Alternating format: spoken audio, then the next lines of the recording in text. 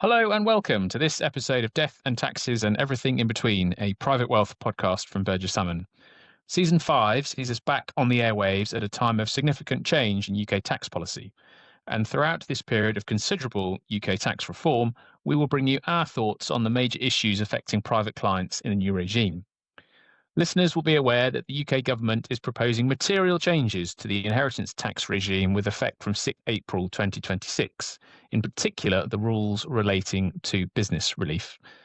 The proposed reforms to BPR will, if implemented, change the tax landscape considerably and greatly restrict the tax relief available to business owners on the transfer of shares in lifetime and on death. In this podcast, we look at what this means for family businesses and the action owners should consider taking in advance of April 2026. And I'm delighted to be joined by my colleagues Julie Book and Richard Handel. Julie is a partner in the corporate M&A team, specialising in advising UK and international companies on corporate reorganisations and corporate governance. Julie is part of the private wealth group at Burgess Salmon with a particular focus on family offices and family businesses.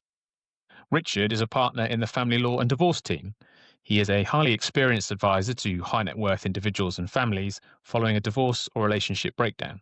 He often advises on marital agreements as a means of protecting wealth and regularly advises family business owners on asset protection issues.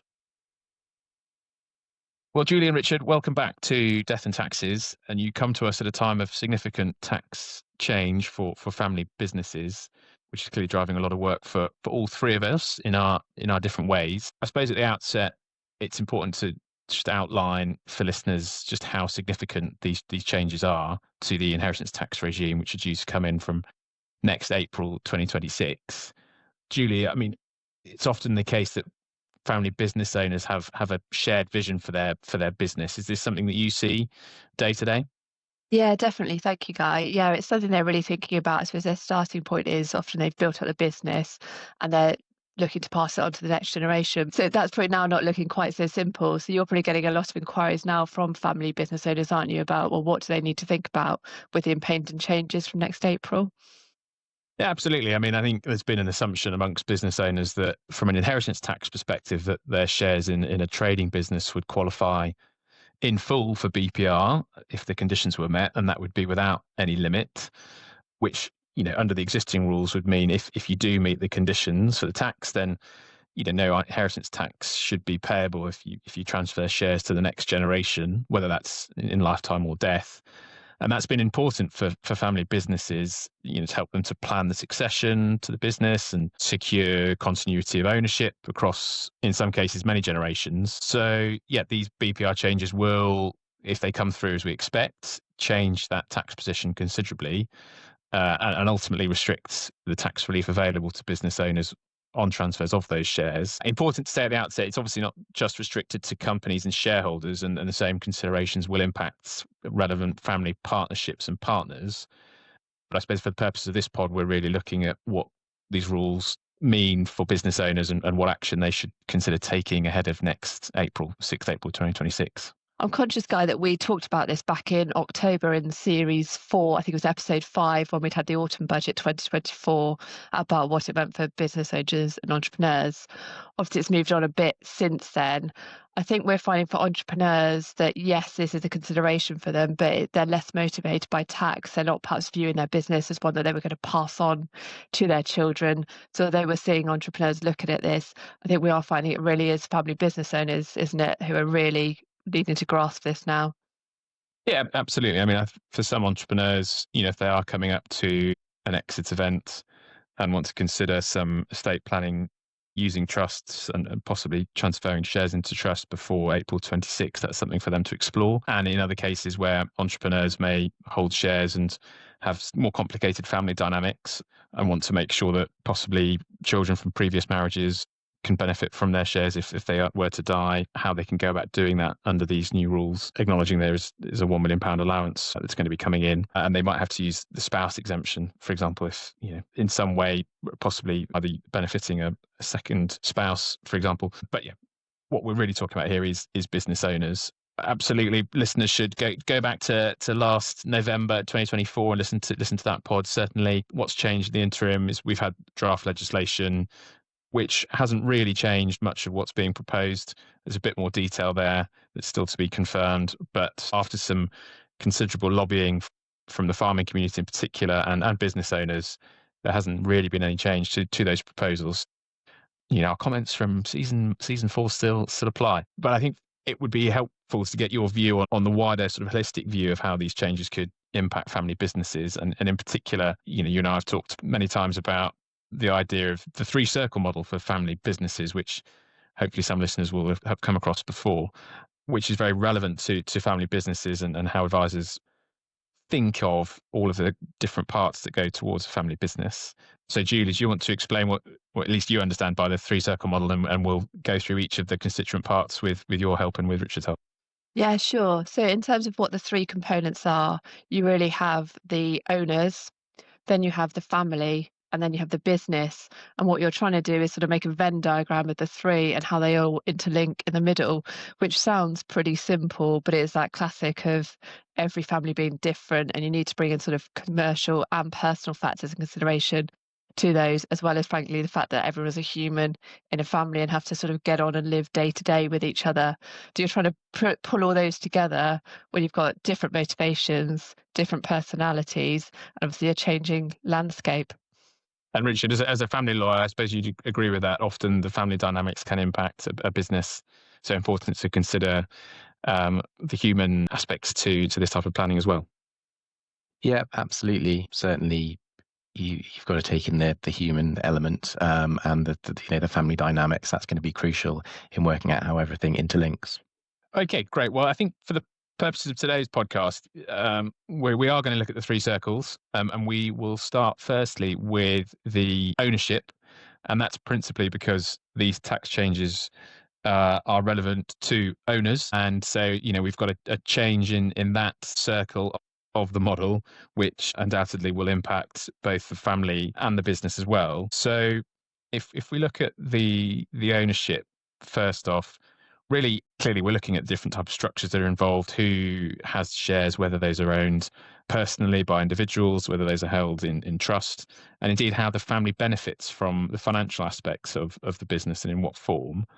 Now, in truth, under these new rules, there are, if there are a number of existing owners, whether they are individuals or trustees, it's entirely possible that those owners will face significant inheritance tax liabilities under the new regime, of course, depending on the value of the underlying business. So certainly what we're seeing from a tax and trust perspective is that family business owners really should start to review their tax position and succession plans now, to the extent they haven't done already. And really that's with 2 main aims in mind. One is to work out what their inheritance tax liability might be under these new rules. And then secondly, what action they can take to mitigate that tax liability, which may be focusing on how to reduce the value of those shares in their estate for inheritance tax purposes. And we can come on to talk about gifts of shares, for example. You mentioned gifting of shares, and that might seem the most obvious thing to do, but obviously that will come with a lot of consequences. Are there any other straightforward options that you're seeing people adopt? Well, I don't think there are straightforward options per se, but certainly clients can look at taking out insurance against these liabilities. Now, clearly that will depend on the profile of the shareholder, their age, their health. In some cases, for shareholders, that might be a cost-effective solution to that type of exposure or potential liability. But in other cases, it won't be an option, particularly if you've got elderly shareholders, maybe a patriarch type figure or a matriarch type figure of a family business, who may or may not be in good health. I'm sure those who work in the insurance industry would say, smoking, it makes it very difficult. If you're a smoker and your insurance premiums, it could be quite considerable. So that may or may not be an option. But leaving aside insurance for now, there's, as you mentioned, there is the chance to make gifts of shares to the next generation, which is one way of reducing the value in your estate. Now, that might be outright, but also there is an opportunity before April 2026 to make gifts of qualifying shares into trust under the current rules, which, to the extent you can claim business property relief at full rate at 100%, that relief can apply without limit ahead of next April 2026. So there's scope to transfer shares into trust without an immediate charge to inheritance tax for family business owners without limit until 5th April 2026. And then on or after 6th April 2026, you would be looking at an immediate inheritance tax charge of 20% on the value of shares transferred above £1 million, which could be considerable. So there are a number of tax considerations to think about here. What's the immediate position with regards to inheritance tax? Indeed, what's the position with regards to capital gains tax? And also any planning that's done now after the budget, after the 30th of October 2024, really relies on the individual transferor surviving 7 years from the date of that gift. So whilst there is scope to transfer shares into trust before next April without that immediate charge for inheritance tax, if the transferor did die within the 7 years, then there could be some inheritance tax clawed back on that. So lots of tax considerations to consider alongside other things like updating your will to make sure that it's fit for purpose under this new regime and talking about succession plans. You've talked about individual shareholders. Is it different if there are trustee shareholders? Similar considerations for trustee shareholders, and clearly, they would form part of this ownership circle in the 3-circle model. So really, they need to consider their potential exposure from April 2026 onwards. And that might be in the form of periodic charges to inheritance tax if they do own BPR shares that qualify 100% for BPR but are worth more than £1 million.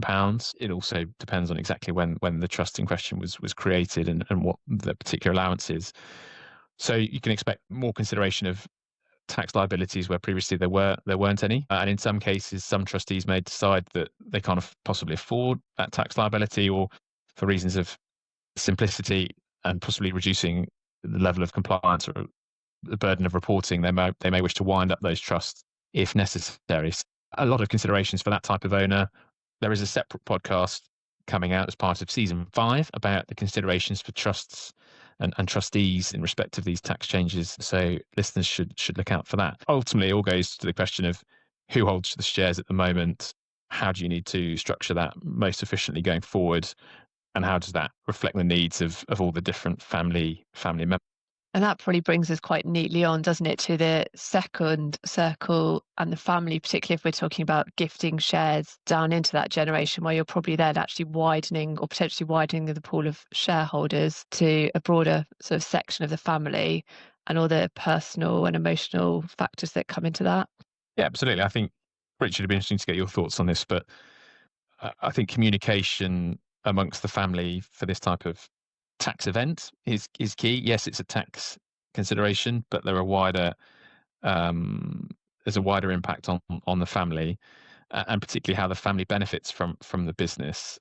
And it might be the case that families decide to pass shares on in the business to the next generation possibly earlier than they previously considered. And Richard, as a family lawyer, you would say there are certainly asset protection considerations when it comes to that type of gift, lifetime gift. Yeah, that's definitely something that families need to be thinking about. So, as you say, if shares in the family business are being passed on perhaps earlier than they previously would have been, then families need to think about whether they're putting in places perhaps prenuptial agreements or postnuptial agreements, depending on their particular situation. So you may have families passing on shares to much younger children who aren't yet married, but hopefully or perhaps one day will be, and they want to consider whether they're looking at perhaps having a prenup before they get married to try and protect the wealth of the family and the family business itself. Or you might have family members who are already married, who are already perhaps actively involved in the business or not necessarily involved in the business but are shareholders, and they might want to consider whether they enter into a postnuptial agreement, again to try and protect the shares in the family business from being used or shared in the event of a divorce. Well, ultimately, I think what we're talking about there is protecting the business from potential conflict issues, and really it's a continuity point for the business, really, but it speaks to the communication between the family members to make sure they understand the position. And in your experience, do family business owners, do they often get that right, or is it an ongoing development point for them as the family grows and the business hopefully grows? It's really an ongoing development point. What we often say is that if there can be effectively, if you like, a family constitution where everybody sort of understands that those who are going to have a shareholding in the business will have some sort of protection put in place, that is helpful. But that's obviously can be quite a difficult conversation. The earlier that those discussions happen, the better it tends to be. And Julie, how do you see integration of family values into the business practice? I'm thinking particularly family members who work in the business and those who don't work in the business. How do families resolve that? Yeah, so shares can bring quite a lot of power with them depending on your shareholding. So what we often see is people will split the shares into different classes, which will have different rights. For example, some will be voting, some will be non-voting, some will hold economic rights, some will hold no economic rights. So you often see that different weightings are given to people, for example, those who are working in the business and actually understand the day-to-day running of the business might hold greater voting powers, but then economically, all of the siblings, for example, those working and not working in the business might have the same economic rights, that they're all treated equally that way, but you're leaving the decision making to the people who are actually day to day involved in the business. And would you see, there's always lots of talk about family councils, for example. I assume this seems like a pretty significant event in the life cycle of any family business, but that surely would be an issue for the family councils to discuss amongst all family members, whether or not they're shareholders or possibly beneficiaries of a trust, for example. Yeah, exactly. I think it is giving everyone the opportunity to have their voice make it heard. But similar to what Rich was saying, it's an evolutionary process. It will evolve over time as you sort of feel your way through it and work out what is actually going to work for you as a family alongside actually running the business day to day. Yeah, and I suppose that clarity of at least family governance is crucial. And hopefully, if you have the right things in place, then the final structure, or at least the revised structure, and the new outcome is hopefully supported by all the family members, which has to be a good thing for the family and, of course, the business itself. And that leads us on to the third circle of the family business model, which is the business itself. Now, Julie, this is a more of an operational consideration. I mean, clearly, changes in ownership and decision making at shareholder level can impact the operational side of the business. So, what are you seeing family businesses tackle now if they're considering this type of restructuring ahead of next April? Yeah, you're right. So it does have a natural knock-on effect to the actual operation of the business, but from an external person's perspective, they shouldn't see that. So a lot of it will often depend on also having a strong management team alongside the family, particularly if you've had a family where it's perhaps the patriarch or the matriarch running the business, but other family members aren't involved. They will often have a very strong management team who are running the business day to day. So you'll want to make sure that you maintain that and that they are suitably incentivized to carry on with their day to day role. Because ultimately, if you do come to exit the business, that is what whoever buys the business will be looking for.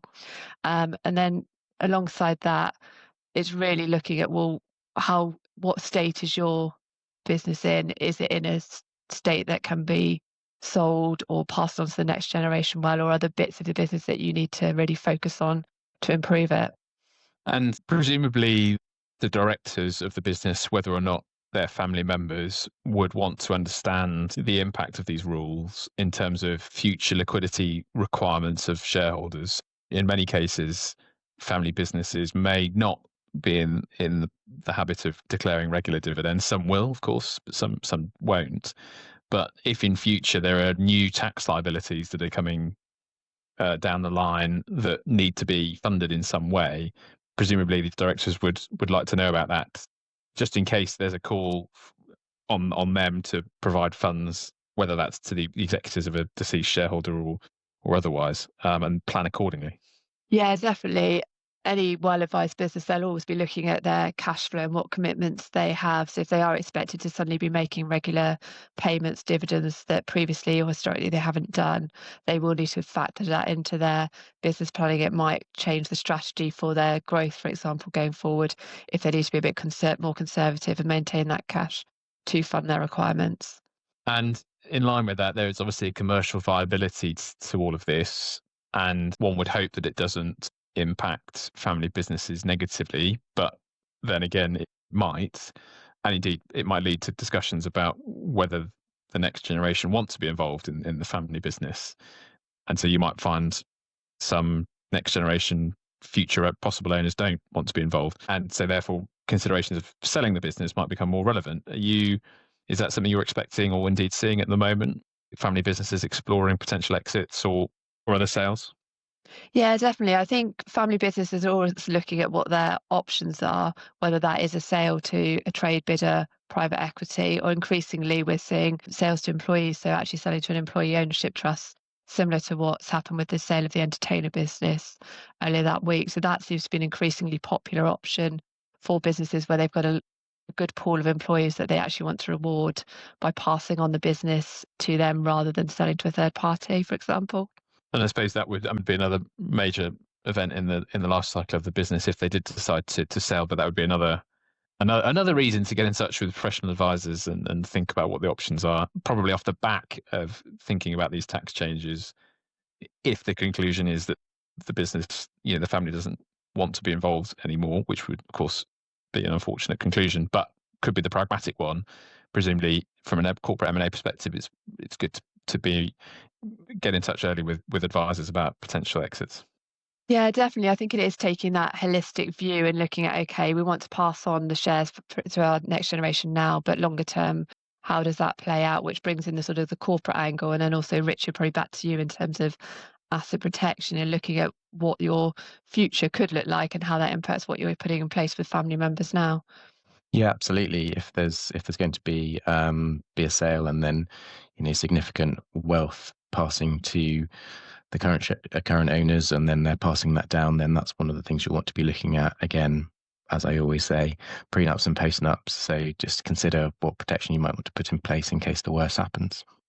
Well, thanks, Richard and Julie, for those thoughts. I mean, clearly, hopefully, the listeners will have understand there's a lot of related factors here, and there's an interdependence between the business considerations, the family points, and the ownership considerations. Now, clearly, it's the ownership here that's driving a lot of change, possibly in family businesses, and the whole idea behind looking at it in this holistic way is that changes in that one aspect of the business will inevitably impact the others. I mean, I think we expect the changes to ownership or possible changes to ownership they could spill into the operational side of the business. They could impact performance, and they could obviously have impacts on the family if they're not handled in the right way. So, Julie, what are your thoughts, your top tips for how people can successfully navigate these complexities? Yeah, I think it is really having a open, frank conversation between the family members and looking at the wider picture, including your governance arrangements and how what you're trying to do as a family interplays with how the business needs to operate, and so that those two dovetail together through your governance. And Richard, presumably with your line of work, you would advise families establishing clear communication channels between all relevant family members? Yeah, absolutely. Certainly clear communications can help a lot, and developing policies for dealing with conflict resolution, being clear about what everybody's roles and responsibilities are is really important. And I think that, that will help the families get through these times. Yeah, and these are matters for families to consider alongside professional advice, be it on the legal and tax side, whether that's on the tax and trust side, whether that's family lawyer or indeed corporate M&A lawyer. So we're really set up to help our clients in family business context with that holistic framework. And hopefully all the listeners will agree with that.